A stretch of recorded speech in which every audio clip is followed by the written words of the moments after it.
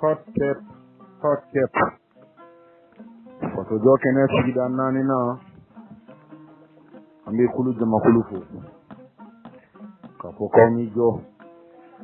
ko dammari ka jo sabati ka jo wuruki ka jo bamba ka to jo ma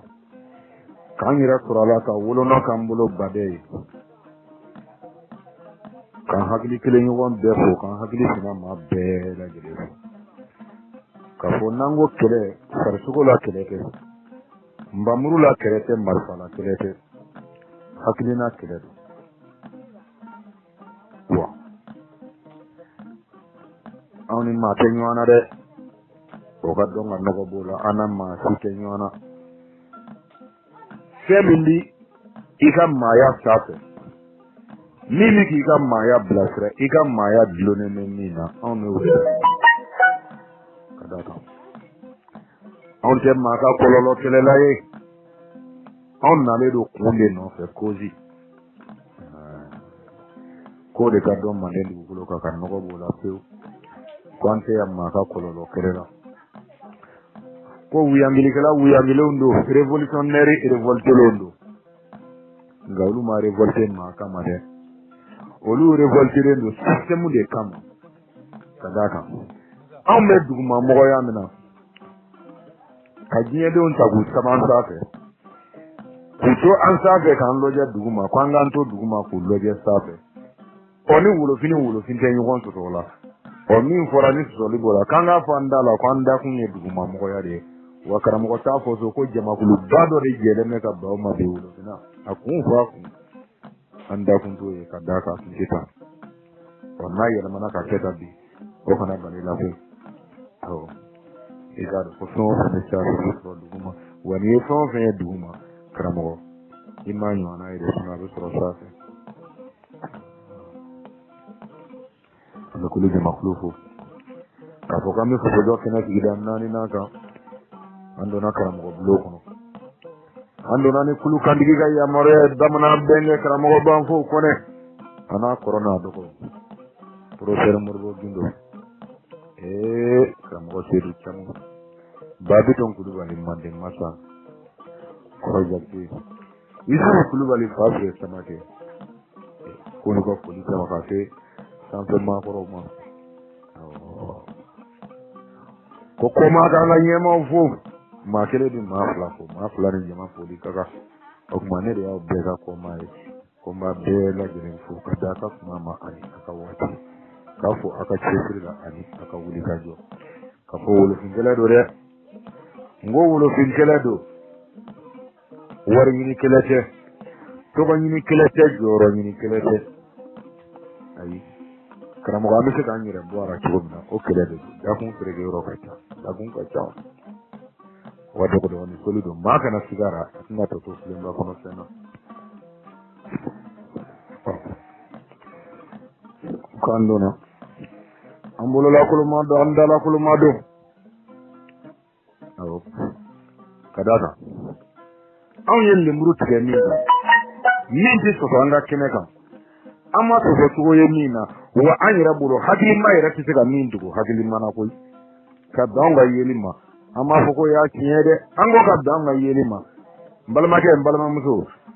ki mana denwo den na ma ya kono lembro tikaka ika wula ka ika tinoka ika do kwa bi fado ni bado de nona olu kono bi fado ni bado de nona amma fi ko to re ka fa muso mna amba mbe mo de nona minu yanto ya ambora minu na nu yanto ya ango ambo lu de nona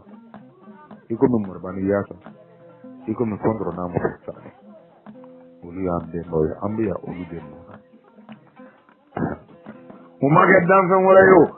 anyu ana mani to le ndo onye na mana dugu kule de sa fere ka tutige ka seguge ku ka dugu si ka fruke ka ta ka bona tu ko ko engra mo bebet na ka fo do bet na ngelo ko wodala ay go na ba ko kuli ma ko lu kambi awlu den nono ka fo ko na balma ke na ka digi dum be ka digi dum la ka to kene kala den ko bamana mati travel ni ci do bere la amula malo mo karamo ambena nini njanya nga kineka kuma dole ba soro karamo ya fo ganya atise ka bo minani re kono be kumi abema kella me fe onana na karamo ganya le ni ci ku ambulo flaba ngo yego antika kuma ya noga ko ambulo ganya le ci de an kuma kun ye yanno kona an ye min ci ya anda me la fu o de kala ba bi sura ya ngata o de an kuma kun karamo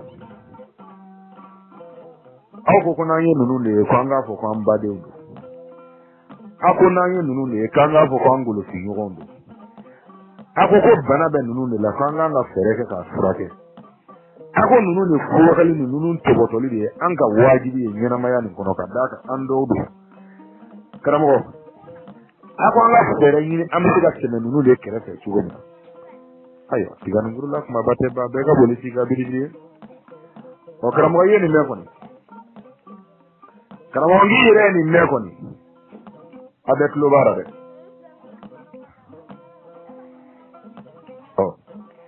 yana na sai roja kone berede ka bora ka chini ko malido ni kwango kwanye chine ayansro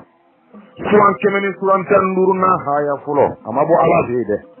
ngana na beka ma internet ngo ka yansro sasa komi ngagale idi tafo te ko duwe ko ma ora ta tafo kele more no fe ngramo ila ala mi ngabo ni ala toye o siga kana do ira nga tise da ala to be dan ne ka bo ku bo kele la nyado ika bo ni toye eso ngako ma ngega to be dan ne ku dabo kuma na ngramo o kuma dora tinte ni tewa ngo dora tinte na ale tewa kramo ye tiga me ni mora safe ngo ni mora kira ka blo kono ni Saudi ma chigae ka do jon tlola iya ka gali paga do ka kelande folo tlola amadu kufa tiga wulanga arabu ala de ma ka kelela ngarabu ala reten ne bo to do do gulen za ka jamu ni ngamuru la ko marfa paga wulanga arabu ala de ma ka kelela ngaka bi kulu hale ma bi protéger ni fini ni arabo ala to fini dilanjo wodo amo nyefo hala to ko be sebe drapo minga ngo fini di dilanjo mo na to ko re ku ba kono na chi do ngande ni ngo jaga don ku ba maliko no boleje fola kemet ni dongli da kayala flambo tu no ka duguni du ore sengena ola ka jato yake ga senge ka takala yake ga senge ka solifona yake ga senge ka ngonge ka ngonfar make ka program bamuru taki je fato bulukoro kwa bi ga arabu ala dene na kafiri marfa de babula ere ka menu ma ko kafiru olu ka marfa de babula moria ku fa antigeri la flyara foko tanji ko ku fa e frade malo ku fa e demma malo ku fa e fatuli blonda malo yaga galibi ko nege ga ninde do ibulo ngo yaga galibi ga ninde nege ga do ibulo aka yini se na ya suro hale almamiya atadi e kufa mamali kono kebe ga arabo ala den ko qur'ana de malion tay qur'ana sebana e fatana wa sebani de majnga kana suni fana asebana jonga kana arabo ala kumana arabo kana ma de yisra itara min kala maga kana akana ki kono ko yane ke ta ko mo ma se maga ko maga na ma kangu musafiwa uyo munga ni na maga kono o emi ku ye se da ku ye akana danga kene mi ne ga du ma de aye petroli ta du go du aka sanu ta ka alulu da aye si beta aka de arabu ma go de ba awlawa go arabu ma go de ba awlawa jangara bu jato kakala bigali kala fu sidu kapo sidu ama do ka ye flyer malo au ta do ka ye flyer malo idi de janu sigi kana ku bidare mana ka de fo maliyo yana ire zoka ko bɛɛ ka wuli ka taa jihadi kɛ fi sabilillahi aw t'a dɔn k'a bɛ ka ala ka dɛsɛ ko fɔ dugukolo in sanfɛ mɔgɔw ye aw ka ala ka se banna fo ka nbamuru de ta mɔgɔw nɔfɛ dugukolo ni hakili t'a ta ye bilen dɛ ayi nansara marifa de y'a ta ye bi nka e kufa i b'i ka manamanakan fɔ santiri in kɔnɔ i bɛ ka denmisɛnninw bila ka irisi minnu tɔgɔ fɔ e k'i karamɔgɔ ɲininka i y'a ka gale k'u ye légende kɛ libi ɲɔgɔn fɛ ko irisiw bi cogo di u b'a ɲɛf'i ɲɛna n'i ma sabali n ko n'i ma sabali i bɛna faso malo den mana wolo jamana kɔnɔ faso kumasuli den mana wolo jamana kɔnɔ faso ci den mana wolo i komi Zelensky i kɛra ni bi ɲɔgɔnna n'i wolola jamana kɔnɔ fo i ka taa k'i tɔgɔ to yen kufa e bɛ taa k'i tɔgɔ jugu in to Mali kɔnɔ Mali bɛ taa sa i ka kira ka tu tigɛlen tɛ Mali la i ka kuranɛ bolonɔ tɛ Mali la a nana Mali sɔrɔ a bɛ taa ka Mali den kufa fana tigɛ karamɔgɔ k'an ye woro minɛ anw ye gɛlɛkantigiw ye k'an y'a se bulondala maakɔrɔw ma k'u k'a se bulon kɔnɔ ko bulon kɔnɔ maakɔrɔw k'a minɛ an ye awɔ u ka kolonkolon k'a taa se yɔrɔ la k'a kɔsegi karamɔgɔ bamanankɛ ka ɲinita don hakili ka se n'an y'a sɔrɔ an k'a labara e m'a dɔn mɔnɛ donna anw na n'i m'a dɔn mɔnɛ donna maliyɛnden na kufa min ye i ka denmisɛnniya bɛɛ kɛ jatoya ni kakalaya la o de wulilen filɛ nanbaratɔ kufa nanbaratɔ Mamudu Digo nanbaratɔ Yaka Gali anw ka faso bilise wari la anw ka faso sɔrɔmɔjɔ wari la anw bɛ ɲini ko tasumana mana tunga fɛ ka wari min bila ka taa o wari bɛ tɔnɔ min ladon bilise min kɔrɔ o bilise kɛra ka minnu ka kalan sara a y'u ka teriya a y'a nɔ ye maliyɛnw n ko kufa ni Yaka Gali ni Amadu Kufa ani Mamudu Digo nka a y'u ka teriya ye u ka san 8 balimaya Saudiya a y'a kɔsegi ye malidenw n k'u ka san 8 tamarodun ni sogojalanduw ɲɔgɔn fɛ min donn'u ni ɲɔgɔn cɛ an ɲɛ b'a la kɔni maa kana maloya fɔli la bilen dɛ bɛɛ kɔni ɲɛ b'a la wa ne bɛɛ n'a ka filan don a ye dimi min don Mali la an ɲɛ b'a la fɔlɔ dɛ n ko Manden Keyitalakaw ani Manden filaw a ye dimi min don faso la an ɲɛ b'a la kabi kunu n'i y'a ye arabu b'u ka kotu ci anw ma dɛ ka Kalashnikov da u kɔ la ka sɔrɔ ka n'u jɔ an dala misiri kɔnɔ n ka cɛ ko ala ta bɛ ka fɔ an ɲɛna kisɛ dalen b'e kɔ la kamalen o ala mana kisɛ bila ka nbamuru bila n'an ye masala n ka sɔ kɛ t'a la n ka cɛ n'a tora min t'a la i n'o ye Manden dugukolo kan nka o tɛ sɔn o ma dɛ dabaya ni yɛrɛ yira in n'an dala dɔrɔn k'a bɛ ka ala ta fɔ k'a bɛ kunu bingalikɛla sun faso janfanti nanbaratɔ ka kalakɔrɔ dama faralen ɲɔgɔn kan jatɔkɔrɔ dama faralen ɲɔgɔn kan dɔrɔkuminakɔrɔ dama faralen ɲɔgɔn kan gulɔminakɔrɔ dama faralen ɲɔgɔn kan faso malo bɛɛ dama faralen ɲɔgɔn kan k'aw bɛ ka diinɛ jumɛn kɔrɔta n'a b'a diinɛ kɔrɔta anw b'a fɔ a ye ko aw de y'a kira sɔrɔbaga fɔlɔ ye kɛnɛ kan e dangaden fali e m'a y'i ka kira nɔ na a ko ni silamɛ den min mago bɛ dɔnni na k'i ka wuli ka taa ɲini fo e ye arabu ye sini wa e yɛrɛ sera sini wa e bɛ karamɔgɔ dɔ dɔn i ka kalifaw la min ko k'a sera sini wa o tuma n'aw ma k'aw ka kira sɔsɔ den jɔn y'aw ka kira sɔsɔ a m'a fɔ a ye k'a ka taa sini a ye se yen nɔ min b'olu fɛ yen nɔ olu ko ko banabagatɔ de y'a ye ko ani furakɛli de ka kan a minɛ k'a don kaso la bɛɛ lajɛlen jɔlen ɲɛ wa ale ɲɛna n ko e ni y'a kun n'a kala ta e ni masakɛ bɔra san 3 de ye ɲinɛ ye a ko n'i ye dafuruguba ni filɛrɛdibani ni kɔrɔtalen jigilen da ale ka dugu kɔnɔ ko arabu tɔgɔ k'a ka jamana papiye tɛ d'i ma karamɔgɔ fajiri kɛlɛ kɛra cogo min na Espagne i bɛ dɔ kalama la n ko fajiri kɛlɛ min kɛra Espagne i bɛ dɔ kalama la e ka wuli kɛ i ka taa Espagne yala i ka t'u ka jin kɔrɔ la jamana karamɔgɔ ni fɛn ma bɔ la anw tɛ ni k'i ɲɛna foyi tɛ bɔ la n balimakɛ n balimamuso kana fɔ ka siga don a la awɔ a kɛtɔ don awɔ an m'a f'i ye n ko bi don an m'a f'i ye n ko sini don karamɔgɔ ni se tun bɛ arabu ala ye a tun bɛ fɔ internet dɔnni dira maa min ma a tun b'a ci yɛrɛ kɛ danfɛn wɛrɛ ye a kana na dugukolo in sanfɛ karamɔgɔ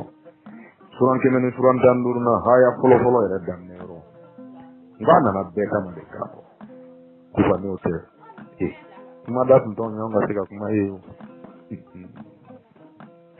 kufa ye kɛra faso malo den wa ni jahanama den ni jamana in kɔnɔ e n'i nɔfɛbaw don ani i ka hakilina kɔkɔrɔma donbaw adame jahannama mina abedu ma jahannama fo wale habu ko duguma so laba naga alama doe na ma juje ka ire doe anyina ka kwa mako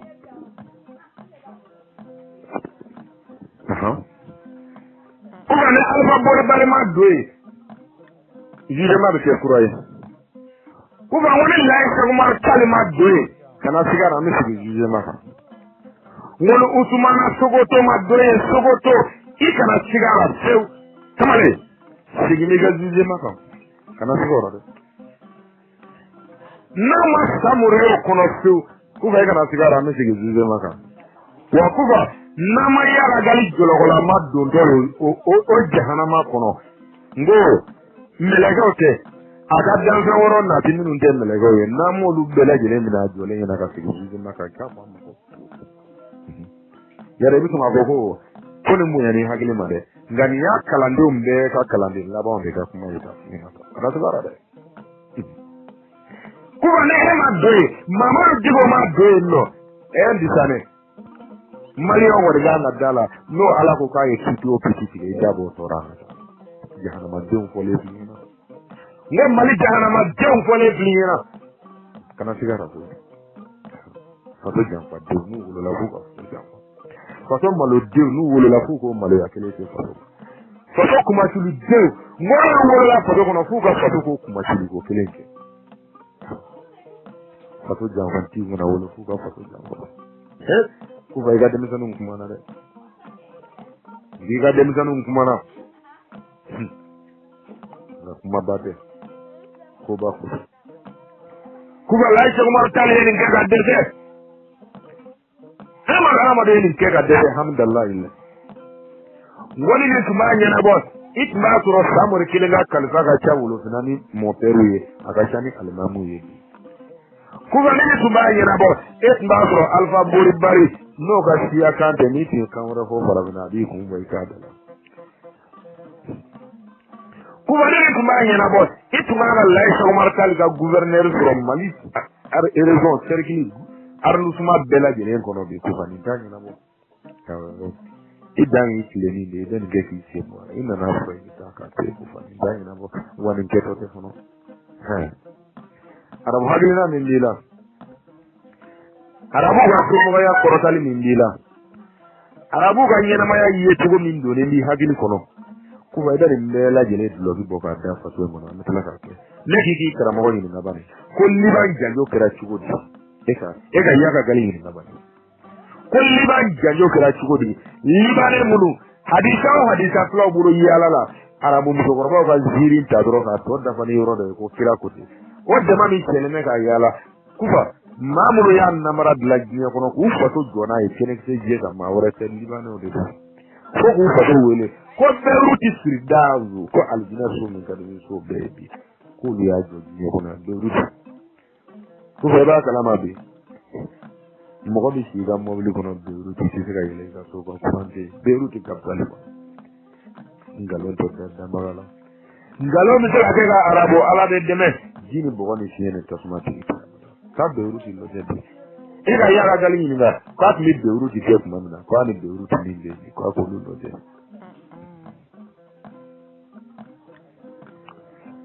ko kana na fa ina ko be di ne do ko be di ne te Saudi abambola di Iran bambola ko be di ne te iga me ma ko kafiri o lo de ki ka la ko si Saudi ya de to e ma ne ga ni se ro jon mi ne e ko non ko kadasa o jagula le da ka ko si ba ni na lawo ngo ga ala ere ko si le do gramo ala mun ko si le do no fa ta ma na garde ko rubla no ma ba fa ko si le ko ro gramo alka ka ala de la de gule sa ga ya kini ga ko do ko woni so do te to le no ko kadaka kufani ye samore kunubi akaye ka foko ale abade munu mine jaako yala sigato wasulungono maningala fangele kono fo bamako katanyin anglewla seralo ka fale tuwabu kitela ka fale tuwabu marfala ka bingali ta abade on segere ka ala siga kadide e tan flabe bulu mugu ken tulura bambulo ne ga ala tege na jajo ndege bijja samuri namara to bin ko flanga koni samuri yimiri ka bo ko e ke bado de bo wadu ko no tade anglo ma ko do ko nyina ma ya tara laba chodora jamana wore ka bolo do ko ko na yo ka be malu ya de ko do wulu su ara no lu do yi nyina ma ya ko no ko nyina ma ya kera ko do mu de kiro lu le ba ko ko suru kadaga kunzu ka bulu kuire bo jonya bulu odo oluga nyina ma ya labana chura hali episo ika dukono wulu ka nyina ma ya labate samur min be sababu kera ni ye samur kulubi kairala ko segi ye mundi amerika dugukolo mabi ko segi ye mundi angleterre dugukolo mabi pare yake ala mi ko ala nye munga ale bono na kola samur ba ko kanga segi filimu ko kurai kana siga ma ko ngoni yella Cheikh Omar Tall kulubi ka jo anin nasara be akor ke do mina dakari e ka kene nyama fi fa on ba to no bo akira te ne ko samur ye nyama la Cheikh Omar Tall ye nyama fi fa nasara ba to no bo ni Cheikh Omar ye dugumi mina na ma den siga ba bale ma do sigi ko khalifa ale tale ko sa safla nasara bu no kanti ke ngaje ka ko madan sigi dingale gala jawuli le na bi bidali ga kala banki soni fona be ga bandala malla de ko be kalaban dogo jono iko mi ko sugu ko ye arabu ga bata fita ga bandala sugu ko rai ka sugu be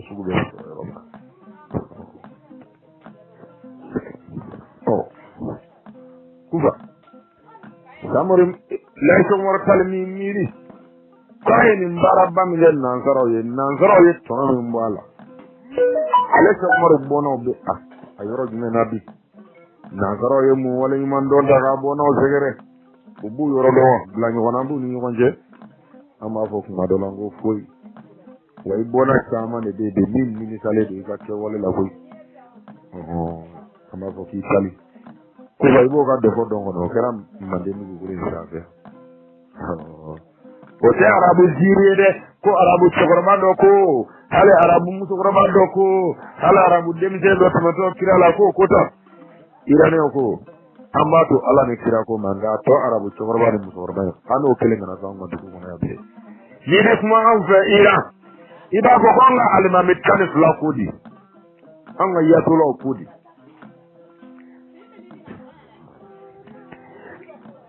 ko anga gidu kodi arabu chogorba do ko no meni dambe muruble daki dafa arabu musogorba do ko kira krefe ko no meni dambe muruble daki dafa ko kufa kama afuno mene memma de gawda la arabu musogorba do ko arabu chogorba do ko na atanye fayna sa laita mar kali munga kodi akanyini fe ke mungi hamadu koraba e munga amdalai muya bwa fatura ka se hamdalai anana munga akanyini sa tungu kamar ture munge sagina ha mawla e munge muyane to bu su ngoma muyen midani boara akanyini sa tungu ya ga galbi ga munge abin munno fe mumba hagili men ko fe kadaka angor ya halin arabu ga balma dugotora olu ga tonsi ke saudi a gouvernement ako ga ngani wa mine jurba kire mere la re jure kuntu le me yoromna olu yu pa mali gouvernement kuna laki ku ga delegation bla ka jigi kidali ako ko anu lu jurba kile na ona e juru yoro ko yesu no nyeto juru la so ni jamana kala mali janfa kene ke je ka saudi a pe umamiri kango musala umamiri mali daga miliyar mi ce ka tadu masamosa ukado loli danga dena na nyeba nyebala umamiri osila namarato ni javatu ulila ufoto mi fono fami fono no fe ogo kan se mo fono na ako ala da so fa be fono fe atuwa ka do fayna ngo ya ka ala joro de bi saudiyan ulu de pana ngo gouvernement ko ka tajigi kidala kara bela jelenyina ikara mo fi min dile mana kama min fole mana kai an wani mado ai ga qur'ani jala min ta kadema ne ku li sladon jera haddabi ja to la ka teneka idan ga dilla galla ga to ku don bali ngate ibri de ikani ku ni ko ni kani ku ni ubi ga miliyar min ka sabo tige e fo mi ga do mi ko sabaida ka surati da bi ngone no ngake ka dinga num la bawo ni nyebro kera ko ngono ko to ko alago abben na saro ko kele de an ne ba bele de aw ko alaben na saro de kaman goro bi benye do la ki do ni kele nga ngunga kadaga illa gallaga to kudon bali ni alaka hadisa kala de ni alaka hadisa kala e kafiri e mame kurane kono alago flati fralega anana ngalo tige moyo ko yiri kurundo de ko kaba kurundo de ko jida do de ko kaburu do de ko dangundo mana kana mo dala ala yo de fo yina kafiru atanye do alaka mega flag men fralega koni ya ale alaka kuma kan ta Qur'an al-Khaim kitab Allah raiba katlaki mo nyondo ga kuma kan ta kibo ke ko ono dla kiyo mo suma ale ala de ma ko fa ki do wala habu ata hadisa ko ne menena ndala to ni jahannama dele go awira do Qur'an al-Khaim ko kitab Allah raiba aga ala kuma kan la fara ale ka dewrete hadisa de do ka fara Qur'an ka habu do ko ambo ko dam gatin amu mo ko lo langa ni abe munani franci ga barate takro la malien ne ga hujugu fe franci fugari ko don balu yoro jando kila kile do kalfa kan nani ci klete ni gram be yana kene se je ga yanno c'est dans les années 78 Saudia bingali gala wulila ka bi hiji denga kama kena joli bune anina aga muguli kise besera aga donta bana aga se bana ubulla ku kunda America ka Saudi America ngo he denga min ba awu nake o yeni mo bora ko fere kana biya kan da yara ka kare kono demisanu ngako ayo ngira bani ngo jey Saudi ya da tululla ka da jabara umati ubulla kana France de no ubina France no ga domina ni ja ile diriya kelen de France service d'arrangement makono aw kambe ko malik sharia su mi ga yele made o sharia su aw yere bulo yeminu ga sharia dilane wo lu kele de ga fen dilane aka Qur'an e diwe Allah na fi ne be ga ko mo chona en 78 Saudi dingali gala wulile ka bial ka ka ma bayiri ka bono nina Saudi on na France wele kata France de tara Saudi al-Kaba bolo on gara mo ikana dore do France jamana mulu mara bengan seben langolo min bi France nu che France ni ka milliard joli sama ka bo o bengan seben nu kono o bolo France tara Saudi ka al-Kaba bolo la ka duma France ya ke fude e go bengan de sebena o bengan nu ye muni muye o tifo o kala do yin ga ko na do pere ko benga on debe afokele itanga boy kata dudo en mono irante sen ya bla bolo kele ga sen na ko se bu joji ne doni kene ga to ko ya to la ko ni kafir ma ge iran na zara ma ge yahudiya ma ge ira al mamu de fara la nyo ko min malik la ci ko brabe on ta ka na ta ya ma telefoni te mange da masile kafira site numero here to karamo ira mo ci ko de la ira ya to la borani kere akwante ke wuya ko ina ka fogo ko alako kwa yesenjige arabu kandela arabu kan ko yora ko ale mo yora sa mo arabu kan mo lo kan to kera ko ngo gidi ko do ala mana kangele so ko ala ke ala fangele mai jogo ko no mai ya to la ge ta ka Qur'an ere de so ko adisa tene ko ka Qur'an ere so mi ya la kuma kai ko jamana tigi mana ya kile ta ba ka ba ko ba ka da jamana tigi ya to la jamana bla ya to la jamana o fara ni kalfani faransi o do wole de godde ngande me no na cewa matene o ma fo ga tene o ka program ne ga judo ira la yese ko ayo loje de ne ga ta ta kere se israelite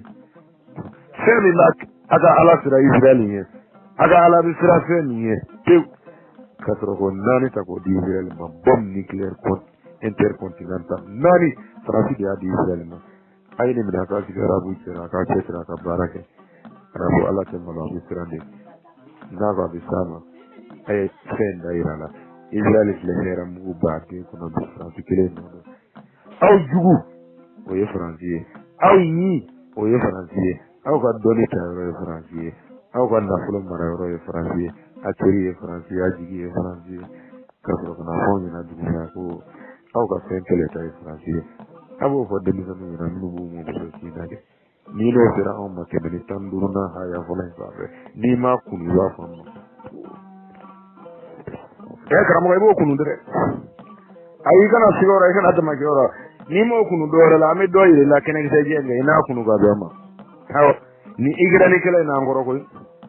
n ko ni igiranikɛla in na u k'u bɛ arabu ala sen don kɛlɛ la ci fɔra arabu ala ye diɲɛ bɛɛ lajɛlen y'a mɛn kɛnɛkisɛ jɛ kan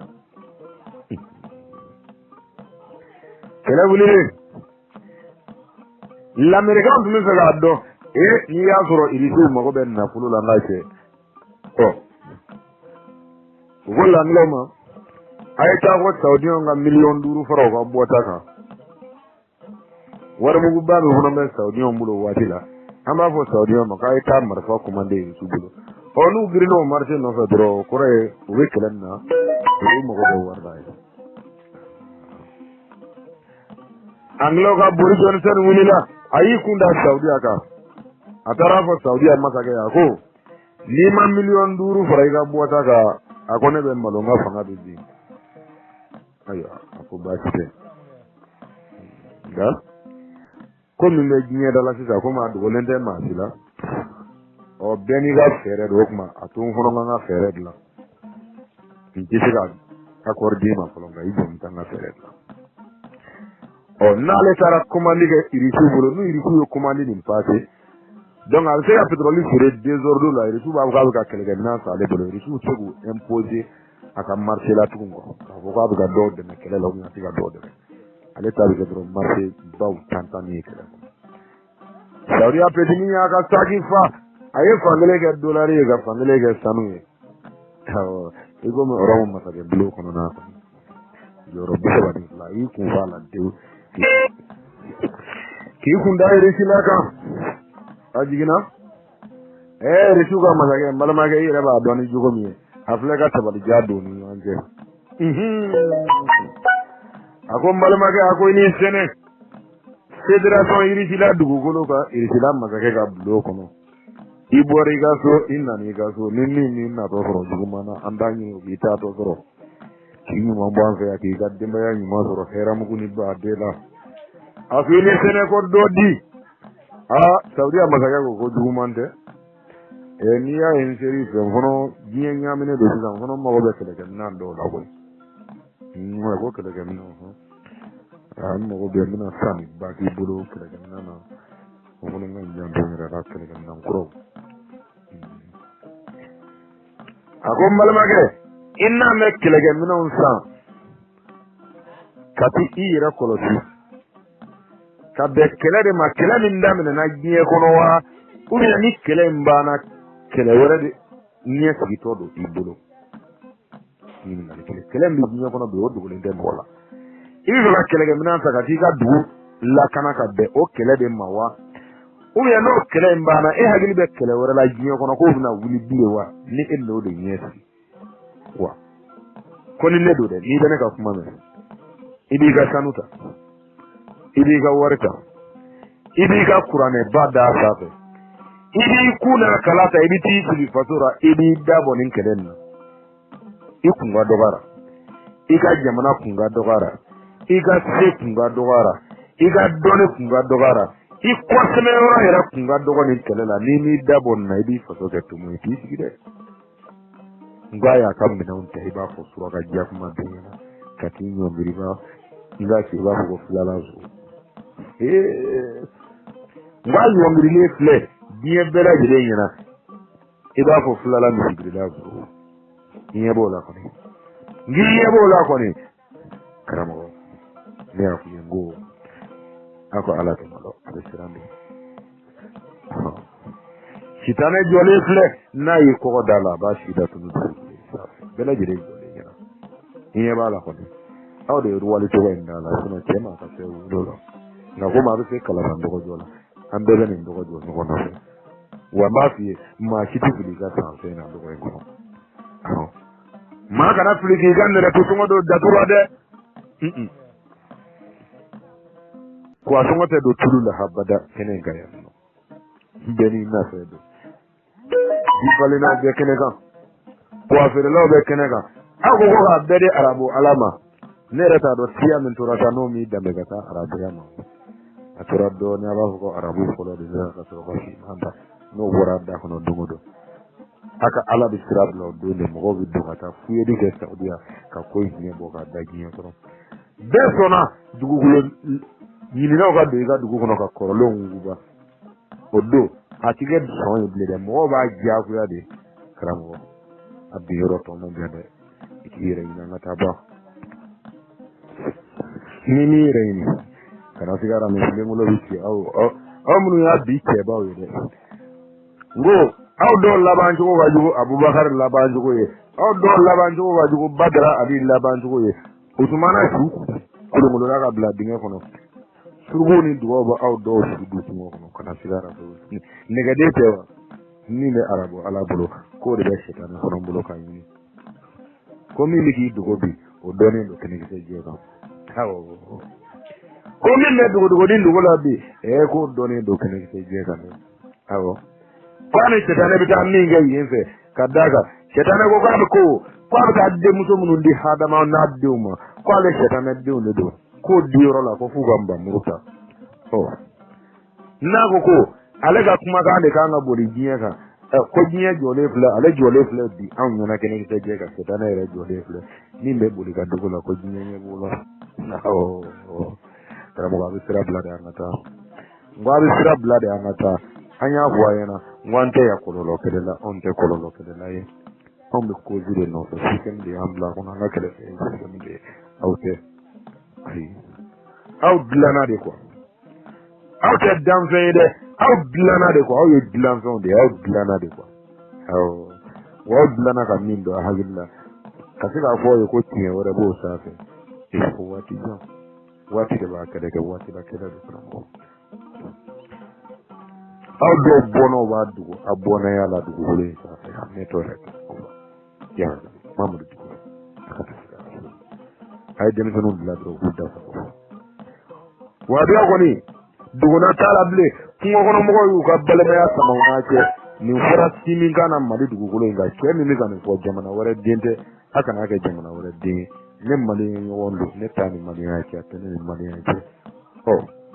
aruga kuma ka tiya mun ko ndi ayeli ke ko allah akbar ni fura na tribunal lo dona ko kuma de kokoro ma don ka fle jaade su bulo nyama nanjole do ka fonan sigile do anga wuli kan jode nanjole do wanga nkesri wani jela kilendo ko beka jara tabashi kalamo nulu ma nyini fe ate danse mbolo dugu kulo ko ka ku wata ka du ma dugu kulo zabe imana ketugo ke nu tente kan yire ni ni tebal mai su kalamo kana fa do jam fada kalamo ngona gelera temeninga kana fa do jam fada ke ko mi bayo rafide ndika ke ko mi kalamo ko isu tuluba anaga cedo kanin mali do so bela jene fo akelen to gola olumunu make bingali gele ka be kunu olumunu madoni bingali ka be kunu oluma de ku ka sirata ka ta ti halu ti ngo ka folo kika ke ne ka ke jugura yan gramo olumunu se dal me be mbaw se nanona kongo mo bangata ko wata yoro manja ko nyini ko yira ka be kunu ni ne do ka be kuna sini ni ne do abida on tena inna te akuma te fo mi ngoke oye antenye mbamuru nte kala sini ko vinte sa kule ki yire ke kodo nay ka jiebe to ko tuwo kan jalan ho inta andala arabu kan jalan ho inta andala faso kodi faso bi yiro wa chodi tuwo ko faso tanye kuma mana aw bi ga faso ti ko fe anye bala wa anye tala tiya fleni kene ki se jeka aye to faso lo ja da faso lo je abiga munjuru dugu do ankana abiga anga yini fen juli taka doni kele dafe ataro ko yo foto malo dinya abitega tuzo ngwa abitega tuzo ida tuzo ni iro kuno mboko dake san buru ha ko nza mimi buru ko arabu ko kele ne mamule ya kwangara la mafa ko no de asere ko wolo fla abedo maga banjera ho kabit ka gulu maka kuna kabit tomi masiga kuna jo bonjera mi ma kalanga ni fi ngaram tikana tikara kana soro ke mene tanduru na zavere sune ni miniti mo de ngoro so ndi ne gadi nyawa mo do yado jo che ya korbo malla iga wo habi addo ni na minu turu awo ubeyi ni ga alimamu na akule jaranchi na bamago o yi ni bani ko kame tu bitu ko di kemeni tanduru na haya folo sanse ubanye fi nan kara mo so gire chu ga sumaya ni manya na boni tanya na ko imbla ngadore ta akana ko otep aya kramo mbulo flaben kwaye nena na semro la nyaga jega bi jirawdo kalambale kumawdo kramo ni mine ro soro lala sendol fo ma yitate o kasama modo maso kramo ni mine ro ma soro ni fasira pato go kenedo sigidan nani na kolo ko to ga kenedo nangara ba ga kenedo abbi fote asini fote atay bolo ko le ga sabad denena ana jana ta wulu fi le dama do doti tayro la ta doto songa ke mima le muruti le meminga akadonga fo kon kambe sengile ni ma nganyire dama kante nyoma no famira kramo kere bi sawe kramo lo ma famu an wona ngani ni tabdale men na so kele bi sawe rabu ala yoro mi fi edini yente amade bi fama de dame kele ma ya de sawe kana tele fa lo jede ibulo de kulo la abe kramo alla kunuka na barana ta nunu morafiyate aseke siyara kramo abike kene jeje ende kaya wa yana boyoro ira folo de ikana siga mina telene tandurna haya folo ende an foro ya bari ngiga an foro ya bari mindi bulo amba yulangi te fa para kene kese ka fatin kene ka nan foro ta ngiga nan foro kule temmini baru insata ta olu ya an foro ya no abe kala banki jato su namara ton kam tikalo no wole ku ga an foro ya ngo wato ngo ga kusine bari suwari mbando ide bando e ko wore bani iga tabale kara mo gene ya kundigi o bando o wele hana ega mai watra wede sa ire ga kuma ko me dai dirama ega wele bani ko kene tanduru na fa ka kana ngure bana le bando aw internet almani mai watra bando idana chewo chela bama go dugu ko kan mari dugu ko leza iga kutubu iga kirala dugu ninde yonzo kene tanduru la fa ko se de ko la ba nimi ngo ngalo do awore ka ka anga sika ganyina hawo na yi ni ngalugumani dofola ni makurane baiba fa mako ika masa zulukala nene ni mbe kurane kono nanya boro fina ka kanyina ma yatina tugo fina ka fuko mo ni fini do atemna jugule nsafe mi na yira wulu na de jira tene muso yama o ma de do o de kira kutubu ye eka kurane kono geredu ganya ma de dinga ligela Alexandre le Grand hekramo angata namu gata na sigara re dogo ni soli dogo ne dama la ngata to furo ma kono fena do be ten kilo so pota la e ga boli de ga biri biri re karamo ni kono ma de me ama fo ya ga ko doni kuma do ko afora ko karamo biya nangra fle ni ki ga ko ka jamo ko ga kala hot step